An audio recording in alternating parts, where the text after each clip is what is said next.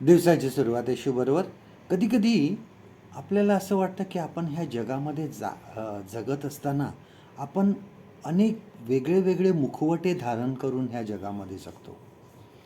आपण कामाच्या ठिकाणी आपण वेगळे असतो, आपण घरी गेल्यावर वेगळे असतो, आपण चर्चमध्ये असताना वेगळे असतो, आपण समाजामध्ये वावरत असताना वेगळे असतो आणि आपण मनातून वेगळे असतो.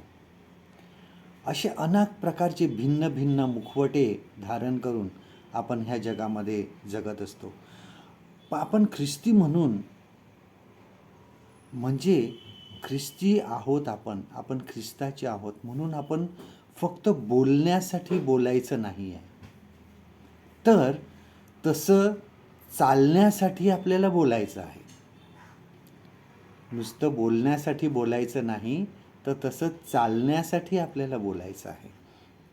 म्हणजेच आपला विश्वास जो आहे आणि आपलं समाजामधील जे वागणं आहे ते वेगळं असायला नको, ते एकच असायला पाहिजे. तर आपलं समाजातलं हे जर आपण आपल्या बोलण्याप्रमाणे जर नसेल तर शुभवर्तमान गाजवणे हे व्यर्थ आहे. आपण म्हणतो की शुभवर्तमान हे आमच्या वागण्यासारखंच स्वच्छ असलं पाहिजे. आपण काहीतरी वेगळं त्यांना दिलं तरच ख्रिस्ताचं जे प्रेम आहे ते आपण इतरांपर्यंत पोचवू शकतो. याकोबाच्या पत्रामध्ये बघा लिहिलेलं आहे की प्रीती जी आहे ह्याबरोबर तुमची कृतीही असू द्या, तसं तुम्ही वागायला पाहिजे. प्रीती करा म्हणून फक्त बोलून चालणार नाही, तर त्याप्रमाणे आपल्याला कृतीसुद्धा करायला पाहिजे. देवाजवळ आम्ही प्रार्थना करायला पाहिजे की आमचा विश्वास तू राख. पावलाने सुद्धा तशी प्रार्थना केली होती. एवढा मोठा असूनसुद्धा त्यांनी प्रार्थना केली, विश्वास राख माझा. एक ख्रिस्ती म्हणून म्हणजे ख्रिस्ताचे लोक म्हणून जग आपल्याकडे पाहत आहे. आज विचार करा की इतर ख्रिस्ती जे अविश्वासू आहेत ह्यांनी ख्रिस्ताचा स्वीकार का करावा?